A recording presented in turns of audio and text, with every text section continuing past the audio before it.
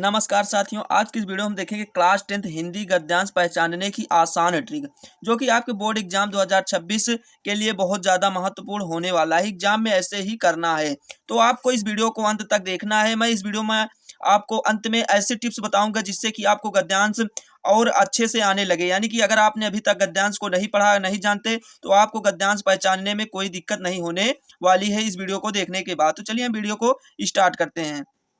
तो देखिए, सबसे पहले तो हम रामचंद्र शुक्ल, जयशंकर प्रसाद और डॉक्टर राजेंद्र प्रसाद और रामधारी सिंह दिनकर, इन चार लेखकों के पाठ के माध्यम से हम गद्यांश को पहचानना सीखेंगे। यानी कि अगर मैं कहूं तो हम केवल इन्हीं चार लेखकों के गद्यांश को पहचानना सीखेंगे, क्योंकि इन चार लेखकों का गद्यांश जो है बहुत ज़्यादा इंपॉर्टेंट हो जाता है, वेरी वेरी इंपॉर्टेंट होता है, क्योंकि इन्हीं चार लेखकों का गद्यांश जो है हर बार रिपीट होता है। तो चलिए सबसे पहले हम रामचंद्र शुक्ल का देखते हैं। तो देखिए, रामचंद्र शुक्ल के पाठ का नाम क्या है? रामचंद्र शुक्ल के पाठ का नाम है मित्रता। मित्रता के पहचान वाले शब्द, यानी कि अगर मित्रता से गद्यांश आपके पेपर में आ जाए तो आप कैसे पहचानेंगे? देखिए, सबसे पहला और सबसे ज्यादा इंपॉर्टेंट शब्द कौन सा है? मित्र। मित्र या सच्ची मित्रता।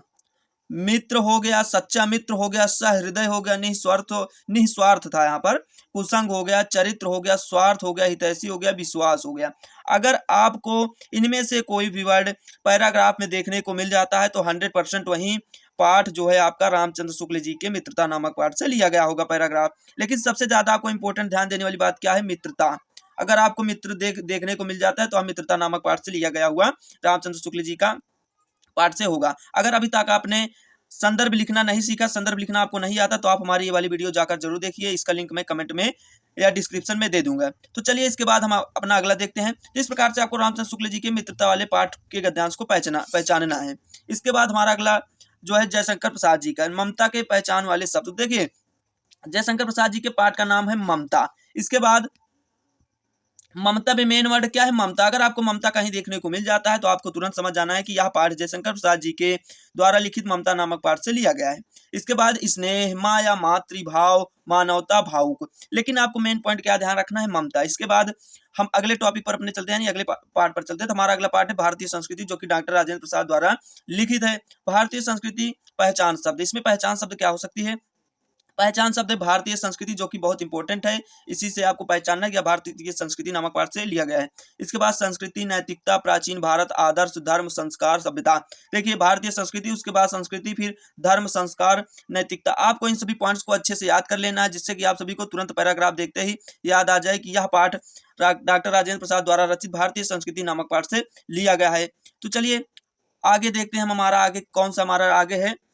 आगे हमारा रामधारी सिंह दिनकर का है। तो देखिए, रामधारी सिंह दिनकर के पाठ का नाम है ईर्षा तू ना गई मेरे मन से। आपको मैं बता दूं, मैंने जिन 3 पाठ को अभी तक आपको बताया, सबसे इंपॉर्टेंट वही 3 है। आपको सबसे पहला नंबर तो उन 3 पाठ को कंप्लीट कर लेना है। उसके बाद अगर हम बात करें रामधारी सिंह दिनकर के ईर्षा तू ना गई मेरे मन से वाले पाठ की, तो इसमें सबसे मेन टॉपिक आपको यही है कि आपको ध्यान देना है ईर्षा शब्द। अगर आपको कहीं भी ईर्षा दिख जाए, निंदा दिख जाए, ईर्षा हो गया, निंदा हो गया, किसी की बुराई, मतलब जो बोलते हैं ना किसी की बुराई करना, वो सब दिख जाए, तो आपको तुरंत समझ जाना है कि यह पैराग्राफ रामधारी सिंह दिनकर के ईर्षा तू न गई मेरे मन से लिया गया है। तो दोस्तों, आशा करता हूं कि यहाँ तक आप सभी को अच्छे से समझ में आ गया होगा। चलिए अब आपको मैं आखिरी में इंपॉर्टेंट वाली टिप्स दे देता हूं, जो मैंने आपसे कहा था। तो देखिए, हमारी इंपॉर्टेंट वाली सबसे पहली टिप्स जो है वो है गद्यांश हमेशा 2 बार पढ़ें, जल्दी में जवाब न दें। गद्यांश जो है हमेशा ध्यान से 2 बार पढ़ें, जल्दी में जवाब न दे। क्योंकि हम कभी कभी जल्दीबाजी में पढ़ते हैं तो हमें लगता है कि हाँ हाँ ये तो वही पाठ का है, लेकिन हम वहां पर गलती कर बैठते हैं। तो उसको अच्छे से 2 बार पढ़ो, समझो, उसके बाद आंसर दो कि हाँ किस पाठ से है। उसके बाद कीवर्ड्स ढूंढो। कीवर्ड्स यानी जैसे अभी मैंने आपको बताया कि मित्रता वाले पाठ में आपको मित्र दिख जाए कहीं, तो आपको तुरंत समझ लेना है कि मित्र। तो वही सब कीवर्ड्स हैं जो अभी मैंने आपको बताए हैं। जैसे मित्रता, संस्कृति, ममता, ईर्ष्या जैसे शब्द लेखक और पाठ पहचानने में मदद करते हैं। चलिए अब हम अगला अपना इंपॉर्टेंट टिप्स देखते हैं। हमारी इंपॉर्टेंट टिप्स है, पहले आसान प्रश्न हल करें, फिर कठिन वाले। इसके बाद पैसेज से ही उत्तर लिखें, अपनी तरफ से ज्यादा ना जोड़ें। यानी कि जितना एग्जाम में पूछा गया हो आपसे केवल उतना ही दें। अगर आप उसके अलावा देंगे तो आपको कोई फायदा नहीं होगा, बल्कि आपका टाइम खराब होगा। जितना आपसे पूछा जाए केवल आपको उतना ही आंसर देना है। इसके बाद सबसे इंपॉर्टेंट और महत्वपूर्ण बात, गद्यांश, एक गद्यांश प्रैक्टिस करें। देखिए रोज, सॉरी यहाँ पर लिखा है रोज 1 घंटा गद्यांश प्रैक्टिस करें, इससे स्पीड और समझ दोनों बढ़ती है। अगर आप 1 घंटा नहीं समय निकाल पाते हैं तो 30 मिनट ही प्रैक्टिस करिए, लेकिन डेली गद्यांश को प्रैक्टिस करिए, जिससे आपको अच्छे से और समझ में आएगा कि हाँ कौन सा गद्यांश किस पार्ट से है, और आपको लेखक का नाम भी याद होता चले जाएगा। तो दोस्तों आशा करता हूँ आप सभी को वीडियो अच्छी लगी होगी। तो वीडियो अच्छी लगी हो तो वीडियो को लाइक और चैनल को सब्सक्राइब जरूर कर लीजिएगा।